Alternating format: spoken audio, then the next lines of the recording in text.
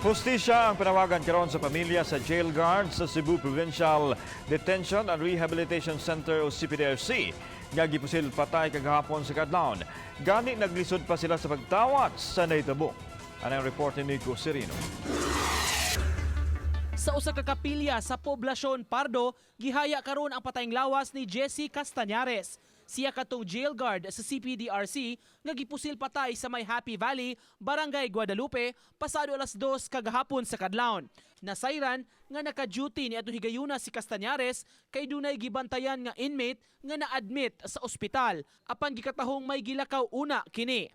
Ang iyang asawa di makadawat sa kalit nga nahitabo sa ilang padre di pamilya.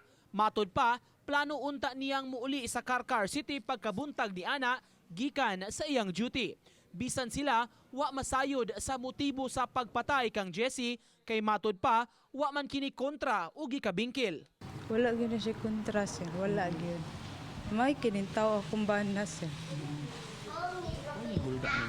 Wala sad.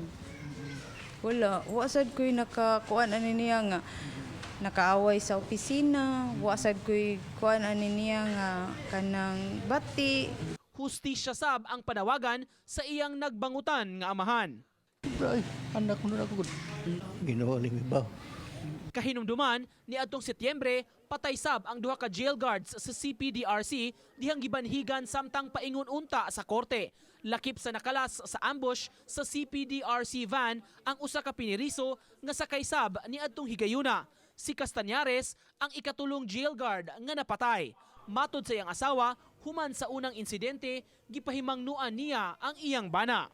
Kulba ano jud siya, amping ako lang siya sige hagkuan, amping lang gyud.